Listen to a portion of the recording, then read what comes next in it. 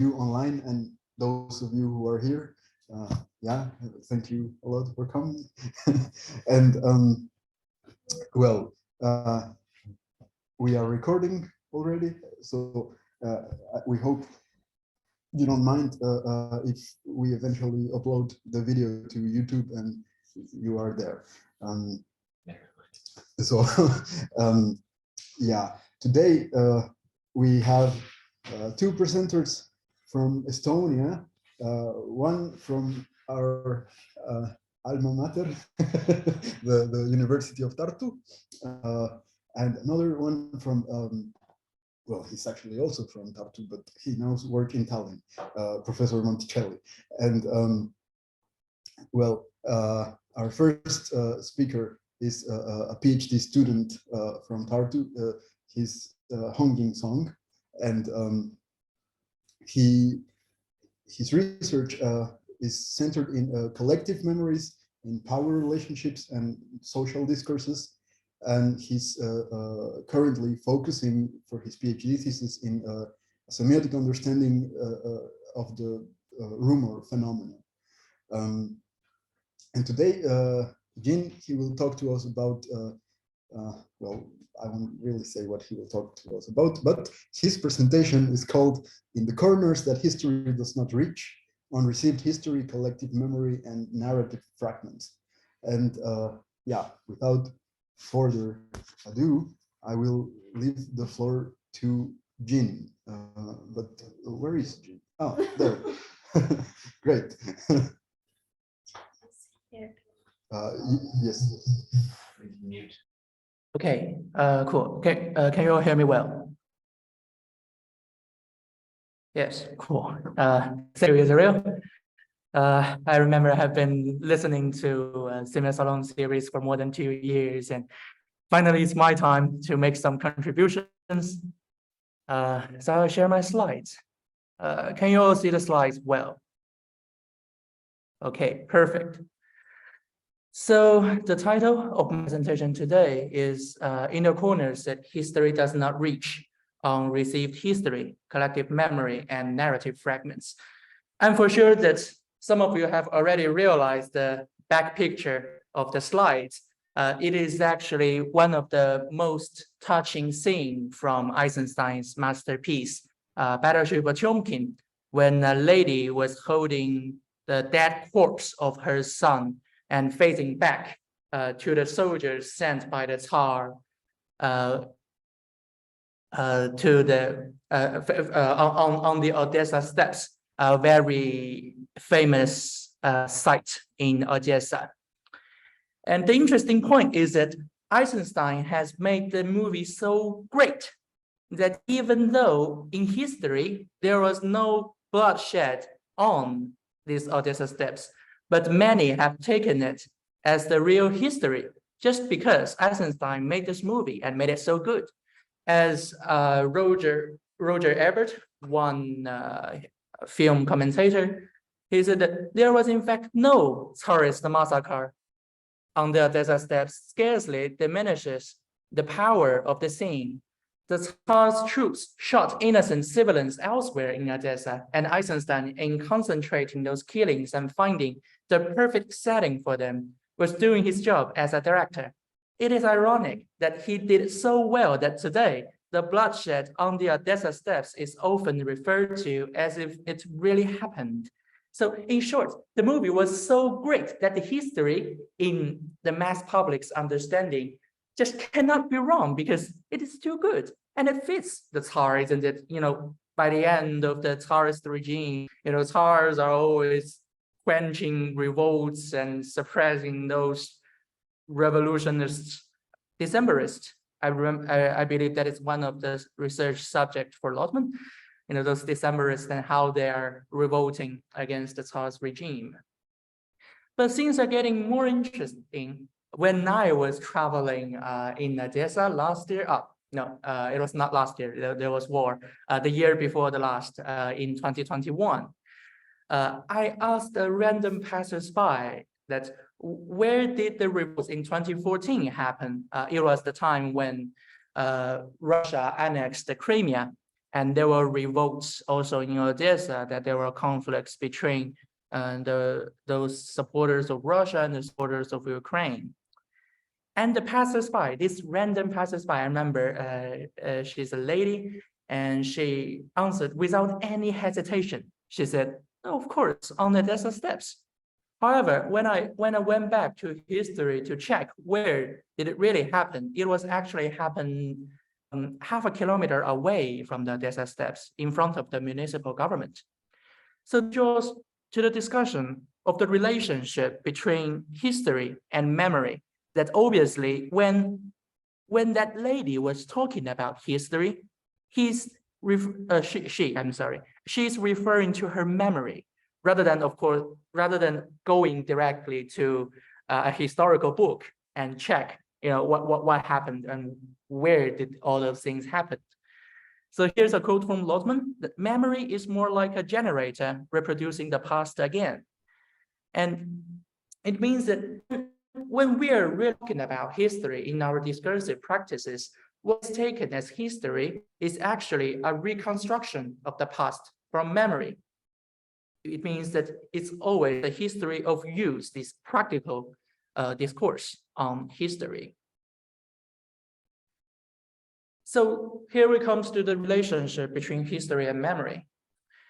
According to Peter Burkett, that's a very famous German Wissenschaftlichen historian, let's say, and he talked about this official memory when he was referring to history. So that members of the history share the same history recounted by the authority, and they recognize history as the collective memory of their own. In this way, history is a subcategory of memory. So along the whole agglomeration of what people remember of the past, there are certain things selected by the authority and make them history. But it also causes problems, what I would call this impotency of history, because these historical narratives are not changing by their own. They're selected, of course, by the authorities, and they're foregrounded. But they're the narratives of no one, because nobody remembers exactly the same way as those foregrounded texts. So they're selected, available in the social sphere. They're foregrounded, but they're at the same time crystallized. I'm sorry for my typo here. It should be crystallized with a Y there. And they're impotent. Whereas on another way around, on collective memory, hereby I refer to Habermas, one of the first scholars touching upon the notion of collective memory. Of course, there are among others like Warburg. But here I refer to Habermas, that there exists a collective memory and social frameworks for memory. It is to the degree that our individual thought places itself in these frameworks and participates in this memory that it is capable of the act of recollection.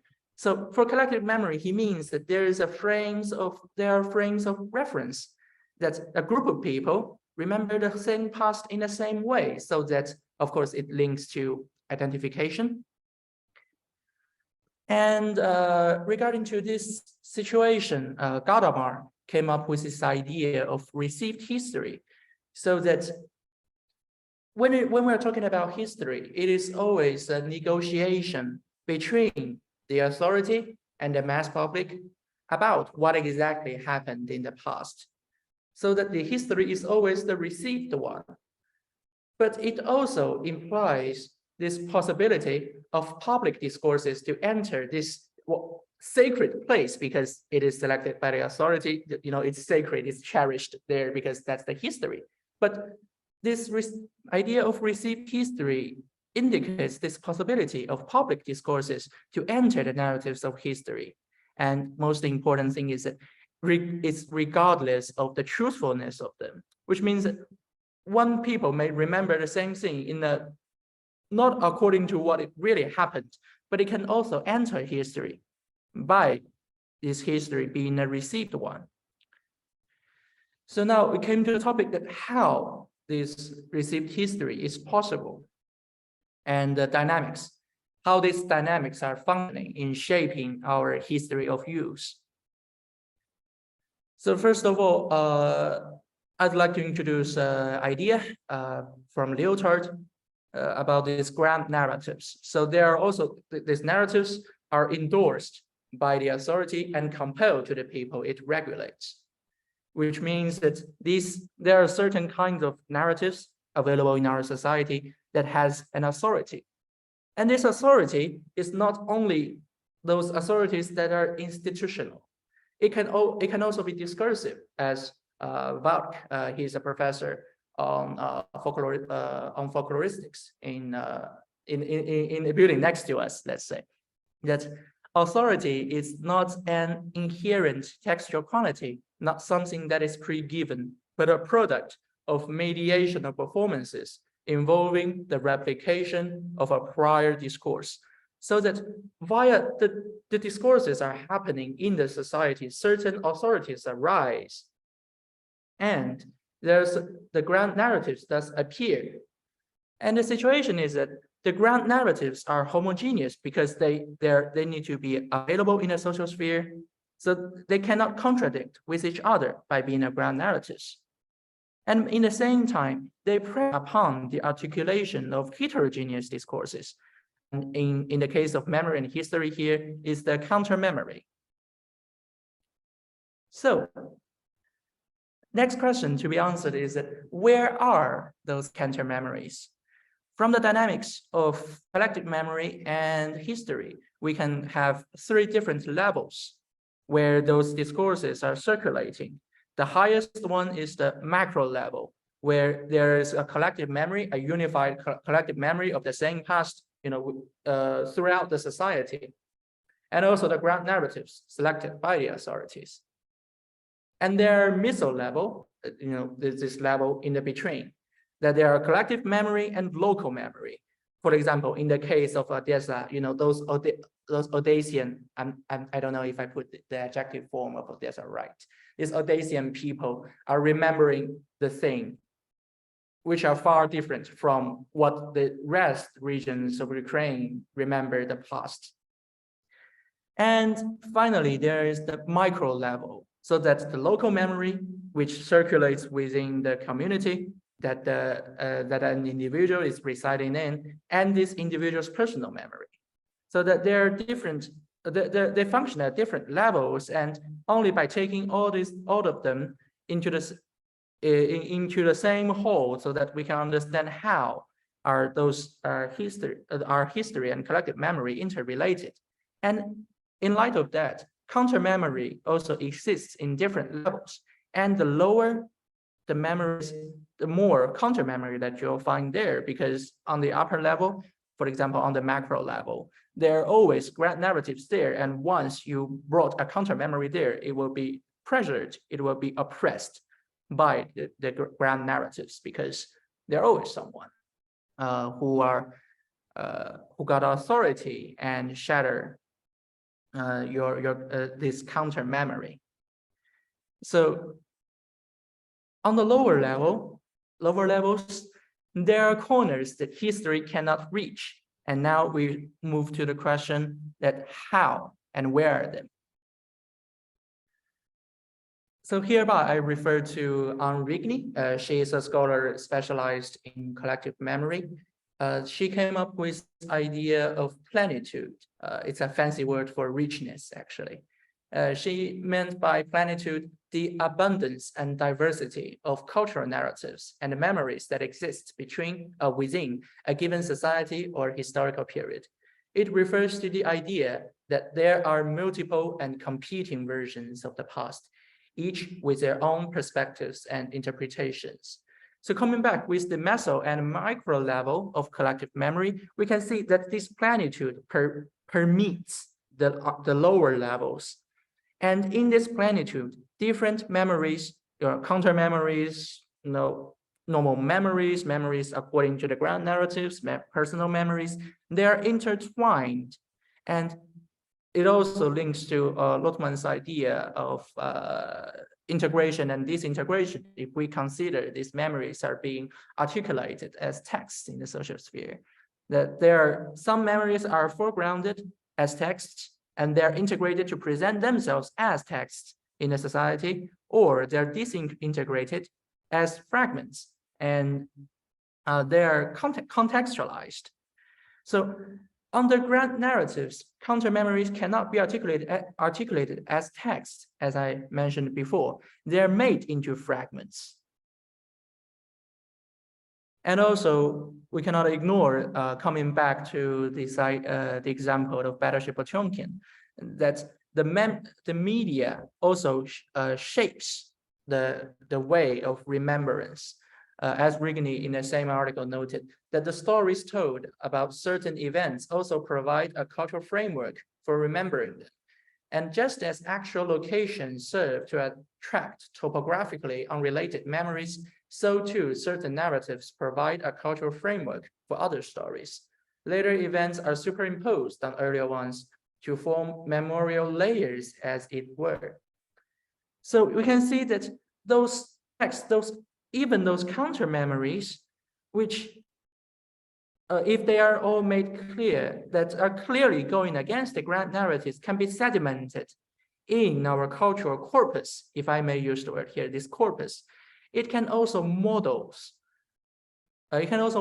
our way of remembrance, so that they're made into fragments, but these fragments are also sedimented down and models our memory.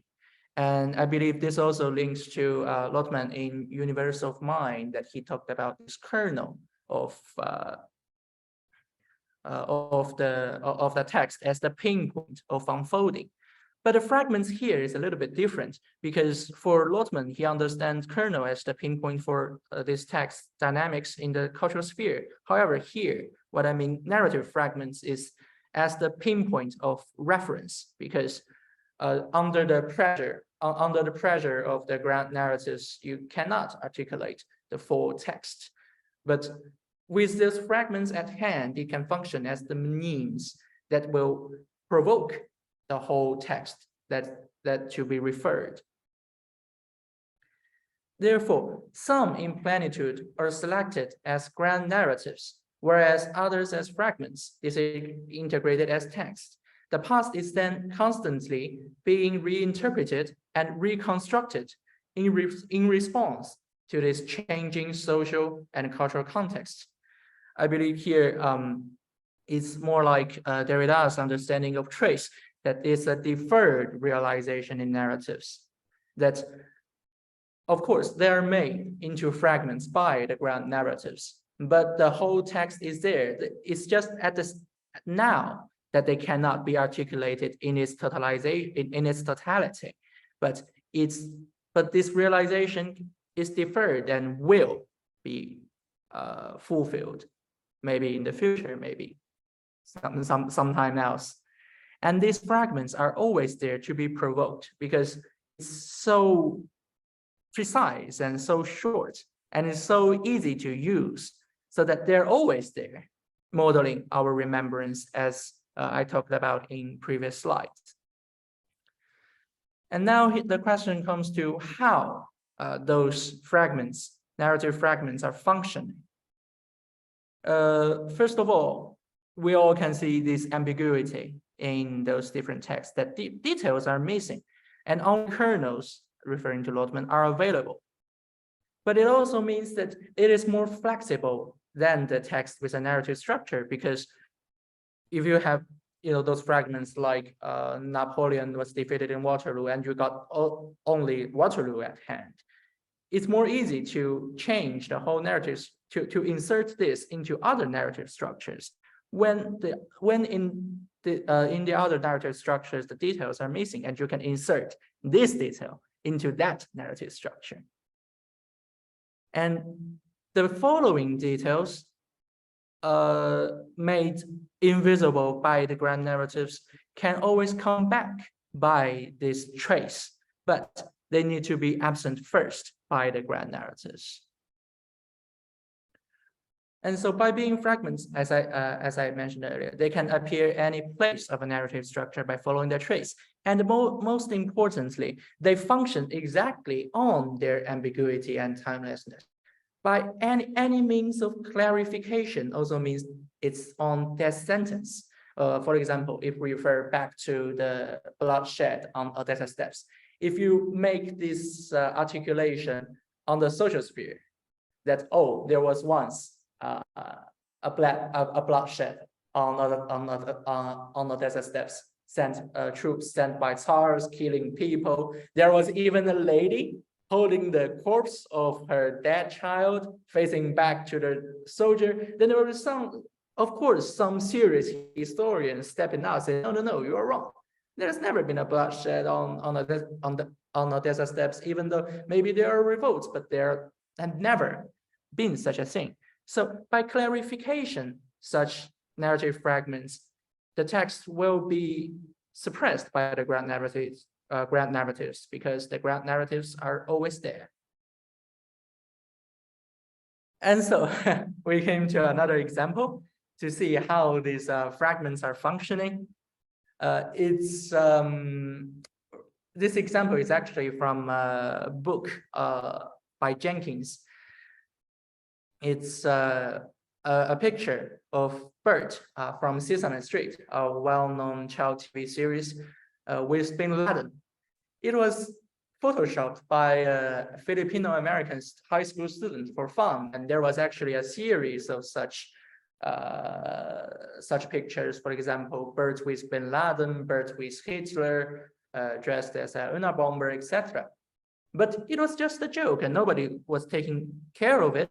But once a Bangladesh-based publisher used the picture, searched online for anti-American slogans, and he randomly encountered this photograph and found it very nice to use it as an anti-American slogan. So the image was printed across the Middle East and appeared in an anti-American protest. And this children's television workshop, the creator of Sesame Street, was quagmired because when CNN, very important here, when CNN reported this protest, and people say, oh, this bird is cooperating with Bin Laden. Of course, this is not the true case, but the whole company was quagmired just because people think that there should be some linkages between them. And this is a very good case on showing how those fragments will have the possibility to reappear with other narrative structures and function as, of course, this is the alternative history, if Bert really cooperates with Bin Laden, but it has the possibility of entering into history because it has already appeared itself in public discourses. And here is maybe not that relevant slides on some thoughts about complexity. Because as I said, that when we are referring to history, we are always restructuring or reconstructing the past from our memories. But a reconstructed narrative of history is always a violence and hiding those heterogeneous discourses in the corners. And history, when we are talking about it, is always a narrative lacking some details where and this is exactly the place where those fragments chisel in and maybe sometimes alter the narration of the history.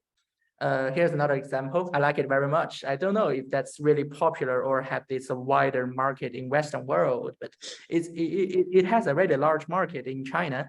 That first of all, we all know that Napoleon was defeated in Waterloo, and it was the same time that aluminum was found.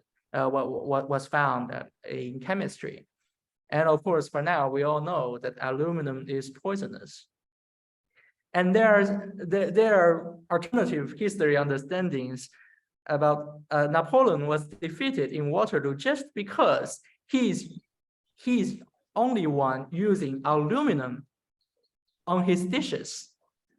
And because by that time, making aluminum is even more expensive than making silver. So all his generals are using silver, but he's using aluminum, which poisoned him, that leads to the defeat of Napoleon.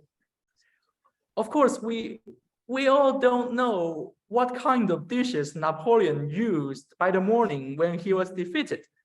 And that is the details that when we are recalling history that are missed. And this is the place where other fragments of narrative fragments, are chiseling in, change the narrative for the use.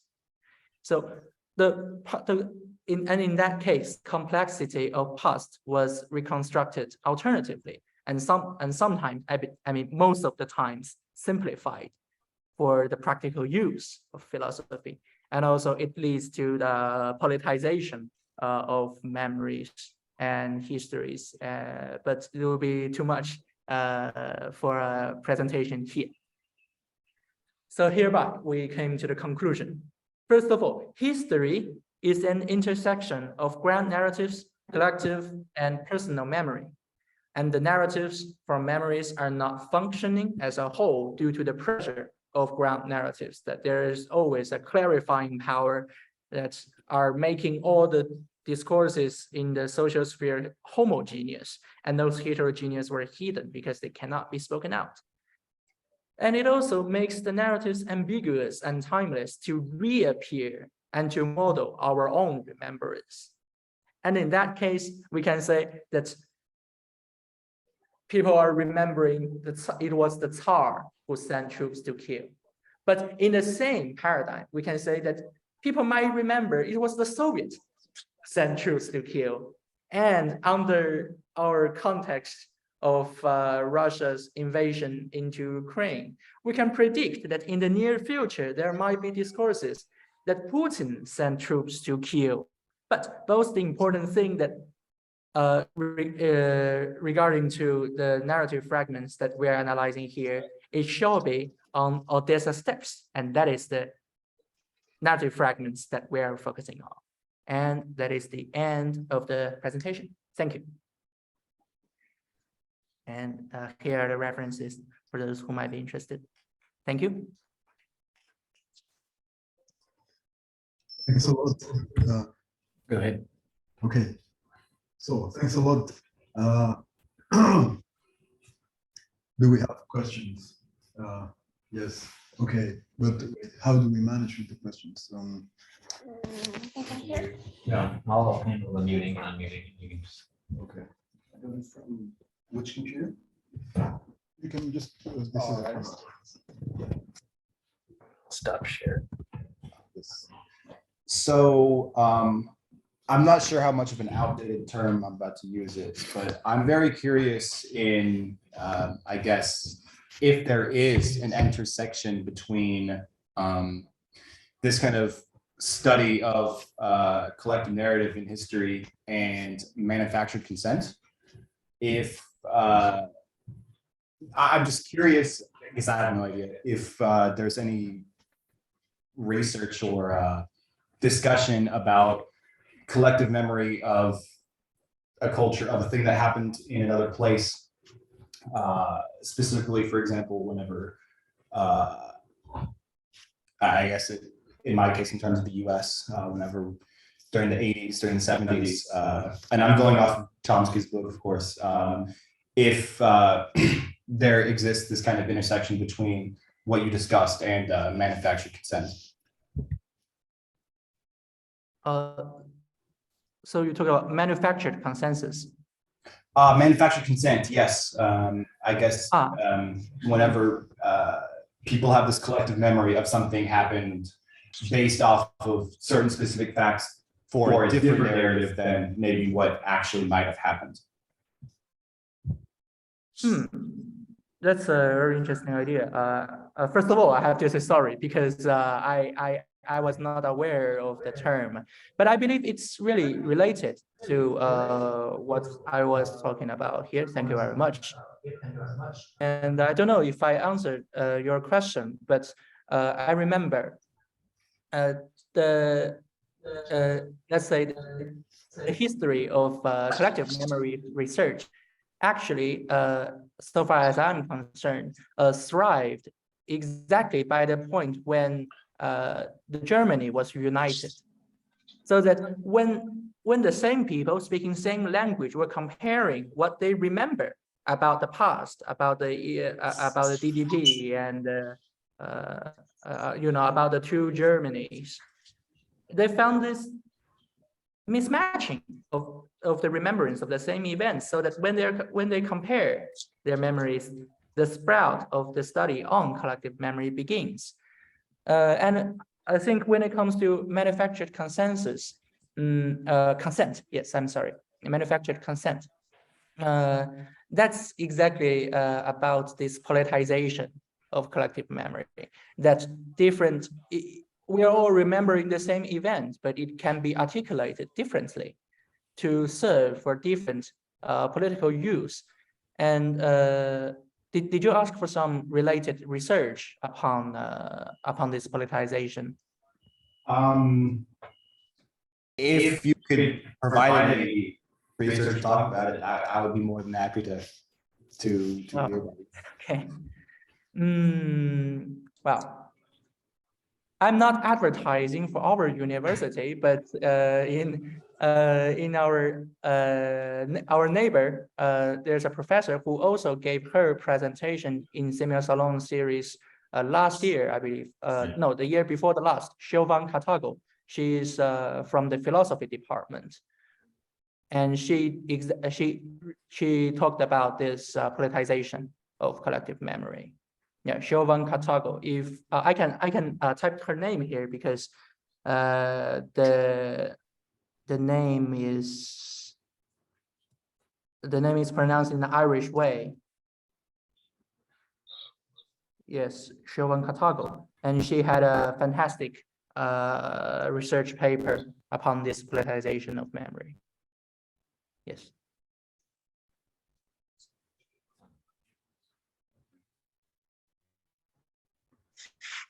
Thank you very much. Okay, so first, so we have a question from the Tartu group, and then we have another question. So Anna, please.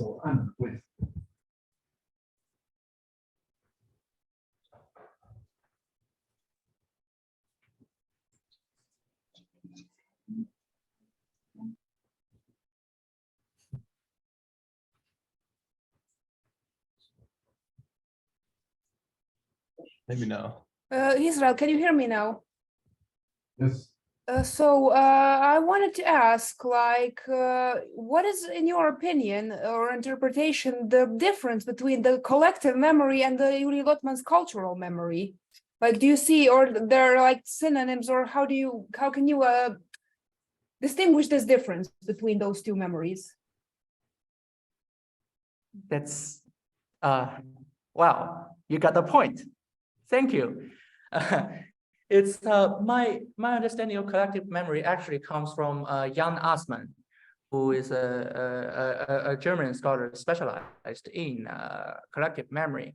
And according to Assmann, and actually also his wife, Leda Assmann, who presented in centenary anniversary for Lotman.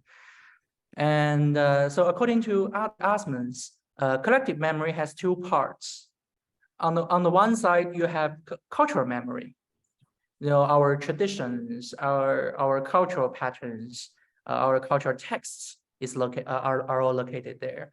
And on another side, you have communicative memory, which is the topic of social concern. That's what people are talking about right now. It is also remembered collectively, but it had not yet been sedimented to the level of cultural memory. Of course, this two-way distinction maybe sometimes seems too harsh, because there are always the dynamics in between. But that is what I'm referring to.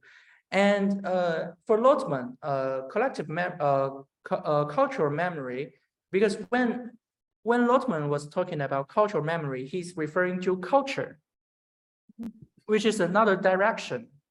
because Lotman understands culture as the non-hereditary memory of a set group of people. That's all we have read, in our Lotman reading. So Lotman's concern is more on the culture, and Assmann's concern is on collective memory. So you have two different directions, but I believe that there are overlaps between what Assmann is talking about cultural memory and Lotman's understanding of cultural memory. Yes. Okay, thank you. Thank you so much. Thank you. Okay, so one more question from.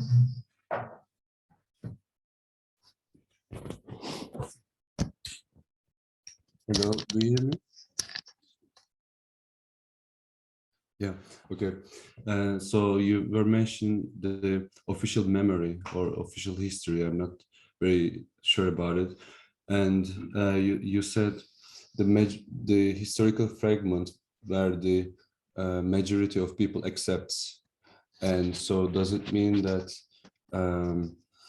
the majority means like when they accept is the absolute truth, or would it be like, for example, after some time, let's say people tend to deceive in a way, for example, when there are like many years and then you receive in a different way, but now is the truth. Yes, I believe that, first of all, thank you for the question. This is actually what I'm thinking about. For official memory, that's from Berke. This narration itself, even though I said that it's impotent and it cannot change by itself, but when we include the public discourses into, as I noted later, on received history, it can change. It can change, but it is not some purposeful change made by authority, but the change actually comes from the bottom. So that there are always a negotiation between public discourses and authoritative, or let's say official memory. And for example, if you compare if you compare what we understand in a very remote event, let's say the Middle Ages, let's say our remembrance of the Middle Ages, I believe that there's quite a big difference between what we as people living right now and those people who were 100 years ago. There's a big difference, even though they are all official memory or history. So you can see that there are so many details that are missing in the narration of history, so that any other details can chisel in to change, to alter the course of the narration. And I believe that is exactly where these dynamics are happening. I don't know if I answered your question, but yeah, thank you. So we have one more question from Ivan, and maybe then. Yes, thank you. Please, my question. Ivan. My question is. Okay, but yeah, Ivan. Yeah, I'm sorry if I'm doing something wrong. Well, my question is about the concept of representational verbal sign or image in Lotman. And you use this concept of fragment. So my question is about how your concept of fragment relates to the concept of image. So you seem to take fragment just this piece is in a narrative, but image works in a different way. It kind of condenses the narrative. So do you have some other concept to grasp this effect, or you use fragment in both ways? Mm-hmm. Thank you. I believe that here, when I'm really addressing this problematic of narrative fragments, what's in my mind is more on the side of power relationships. That these fragments are first of all, they are all texts, but they're fragments only because that the grand narratives the grand narratives are there and forbidding those texts presenting themselves in its totality. So that's the reason why in my slides, I noted that this fragment is a little bit different from Lotman's understanding of kernel. And also here you talk about this image representation in Lotman. So rather than being a natural state that, you know, for all texts, they have their own dynamics changing inside and out. They're in this intertextual relationship of power that are channeling the articulation of certain texts. And I believe that is let's say, maybe we're talking about the same thing, but I'm focusing on from a different aspect. And yeah, that's my answer. Thank you. Thank you. So now we have one more question from here. Come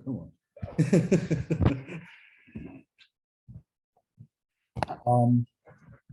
Okay, so I think I might have answered this question in my head, but I'm curious if you think the memory of a event, or I guess thing within a society, or the actual event of a thing plays more of a role in which way society goes. And I'm asking this off the basis of the kind of Foucault-esque sense that different, I guess, settings or events in a culture affect how its history progresses or goes on. And I'm just wondering what you think about that. Thank you. Thank you very much for mentioning Foucault, because even though I did not refer to Foucault here in the slides, but you can see that I'm deeply affected by Foucault. In his there is a compendium of a collection of Foucault's writing titled Power, and in that compendium there's an article titled The Life of the Infamous. That is the article that changed me the most, actually, concerning the idea of history. In that article, he said that those people, those mad people, those insane people, are seemingly disappear from history, that they have never been recorded again in history, because they are made disappeared by, here again, I refer to Lyotard, this grand narrative thing, because the grand narratives have no place for them, that their texts, their discourses about them are made in disappearance, not be observed in the social sphere. And yes, that's exactly, yeah, my understanding. Yeah, but sorry, what's the question? I'm sorry. It's okay. I think I kind of answered it in my head. But I was wondering if you think the memory of different things affects the course of history more than the actual happening. I think I know your answer, but well, that's so. First of all, can we really know every single detail of what exactly happened in the past?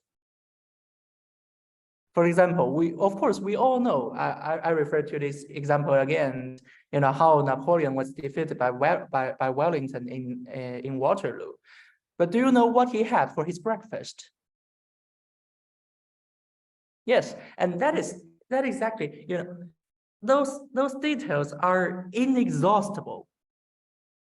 So that there are always details missing, and those blanks, once they are found, are always the place where alternative discourses, those what I mentioned here, narrative fragments, are chiseling in to change. So we can always alter the narration of history by adding some fragments into it. And of course, there should be a limit. But I'm not sure how much is the limit of changing the discourse. Thank you. Thank you very much. Thank you. Thank you for the wonderful discussion, and it's great. We have one more question from Levant. Hello. Hey, Levan. Hello, Jim. Hello, sir. Thank you for the great presentation, by the way. And I was going to ask one question, but I have one small and one bigger question.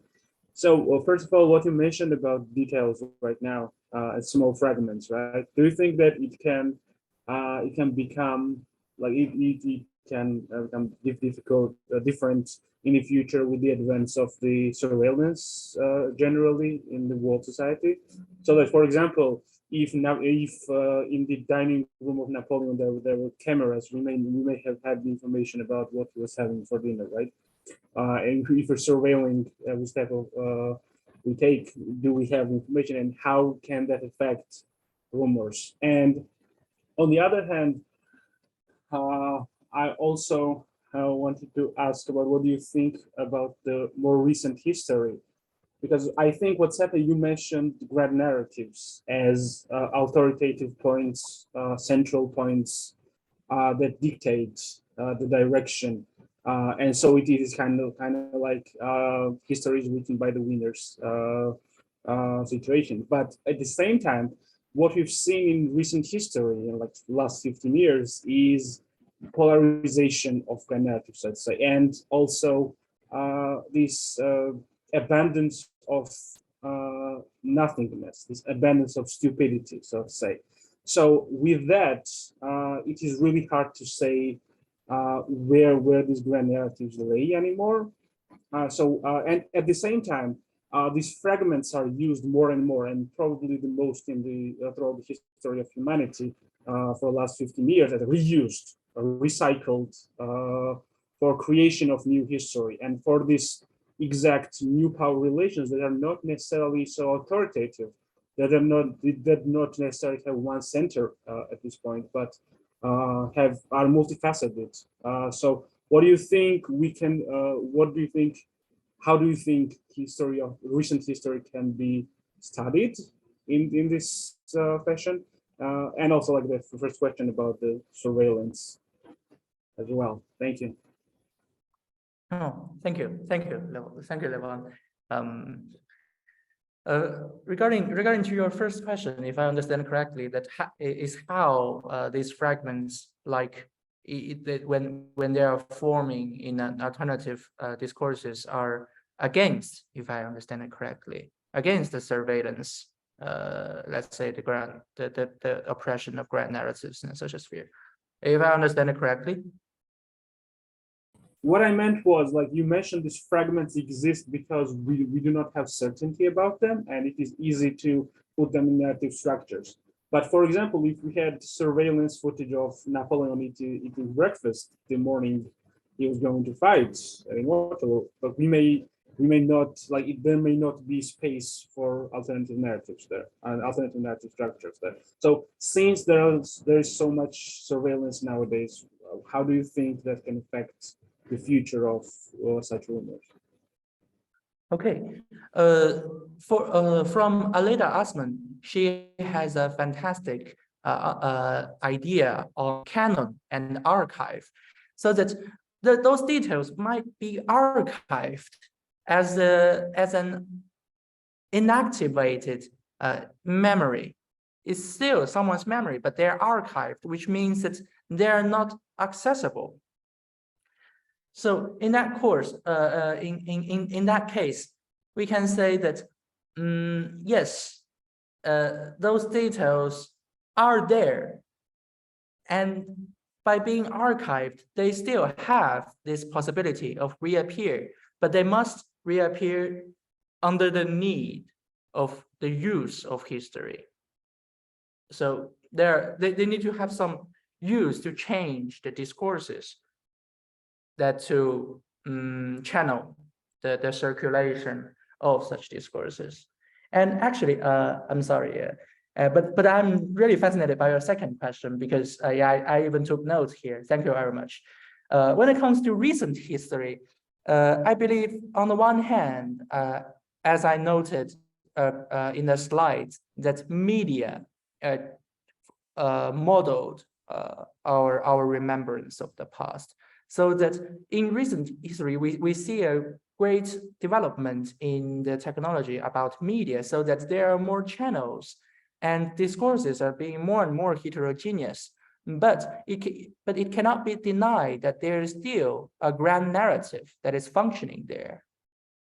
The multiplication, or let's say the great development of media technology can only boost the number of possible counter memories appear in the society, but it does not change the deeper relationship between the official memory and counter memories. So, and the reason why we understand that the recent history is more complicated, it's just because it's recent history. That for more remote histories, they have already been settled down there. But for more recent histories, we can have more text at hand, then come up with more counter memories out of that. I don't know if I answered your question. Yeah, thank you. Thank you. Yeah, thank you. Okay, thank you. So just very quickly, we have two questions in the chat. One is from Joanna Lukowska, and she's asking, can I ask about the effect of clarifications on an alternative history facts kind of living on their own? I'm not sure I understand the question, but I think I maybe understand, but by saying understanding is always dangerous. But yes, we can say that they live on their own. But just remember, memory for memory's sake to survive, they need to be communicated. Because your personal memory, if you have never talked about it, it will go away. And for those counter memories, yes, they can live their own way. But once they are communicated, it will be under the oppression of grand narratives. They can live by their own, but it's always dangerous for them. And that's exactly, if I refer to earlier reference to Foucault, those life of the infamous, they can of course live, but they are living in the corners of the society. They're marginalized and they're not recorded. Yes. Thank you. And one more quick question. This is from Christoph Budke, and he's asking, I would love to hear your opinion on what are some of the useful tactics on how to change or shift the collective memory of the event in the past. Is it the most fascinating stories that will survive? We can see that a lot during the COVID pandemic, how misinformation can shift the collective thinking. Well, that's a very practical question that's raised more reflections on it. Yes, there are certain tactics, but I have to confess that I have not thought about it in details, because when we are talking about history, there are the things that already happened. And the narratives are already there. And we all don't know what will happen even the next second. So, of course, we can do some effort to change the whole the narration of history, as the example you mentioned here about COVID-19. I'm from China, and this narration of COVID-19 has always been a very, very interesting topic to talk about. My master's thesis also benefited a lot upon that. So you can see that it depends on from which perspective that you are thinking. If you are thinking of speaking from that you are going to change it from the perspective of ground narratives, you need to re-semiotize what people remember as significant events. For example, under COVID-19 outbreak, in Wuhan during the Wuhan lockdown. There is a doctor named Li Wenliang. The whistleblower of COVID-19. What people remember by that time was that he was punished by spreading rumors, which are of course not rumors. But later on, the government re-semiotized this fragment that he is among those who sacrifice themselves fighting against COVID-19. So you can see this politicization, or let's say re-semiotization for political sake, for politics' sake. And also, if you are thinking from the counter memories and from the lower up, I'm sorry that I'm not sure, because most of my research have been focusing on how the grand narratives are oppressing the counter memories. But I believe there should be a way out. Let's see, because as Levan also pointed out, that recent histories are recent. We all don't know how it is settled down. Maybe it can never be settled down. We don't know. And that's the future that we are all living to see. Thank you. Thank you. Thank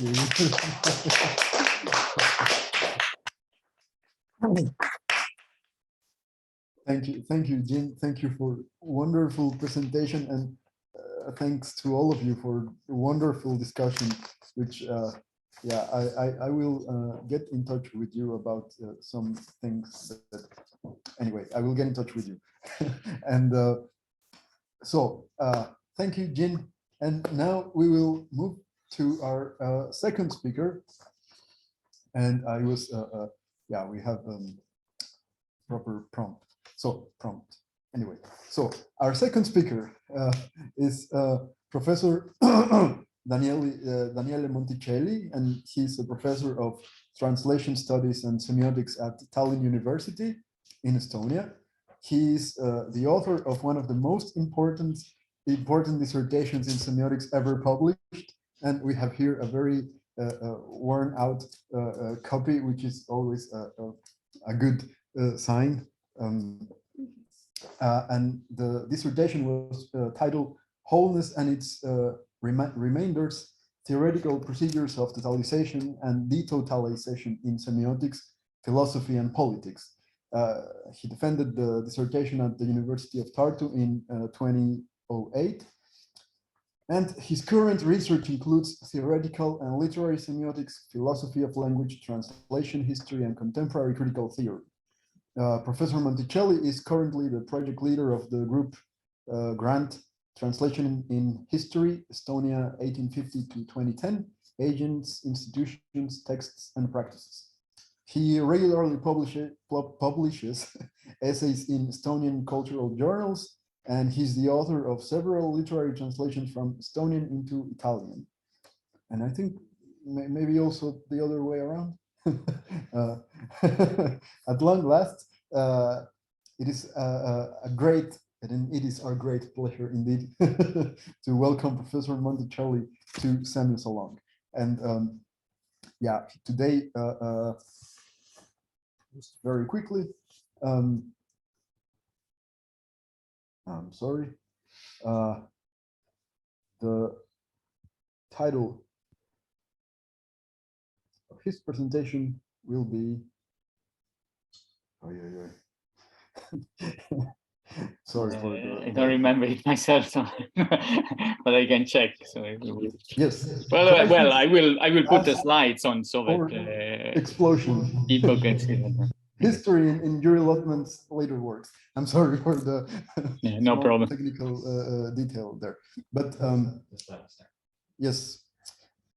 So thank you very much. I'm very happy to be here. Thank you for the invitation. So we tried kind of hard with Tyler when he was here in Estonia, but never find a way. But now I'm really happy that I can address the Semiosalong people here. So I'm going to share my screen. I hope you can see it now. So can you see it? Good. And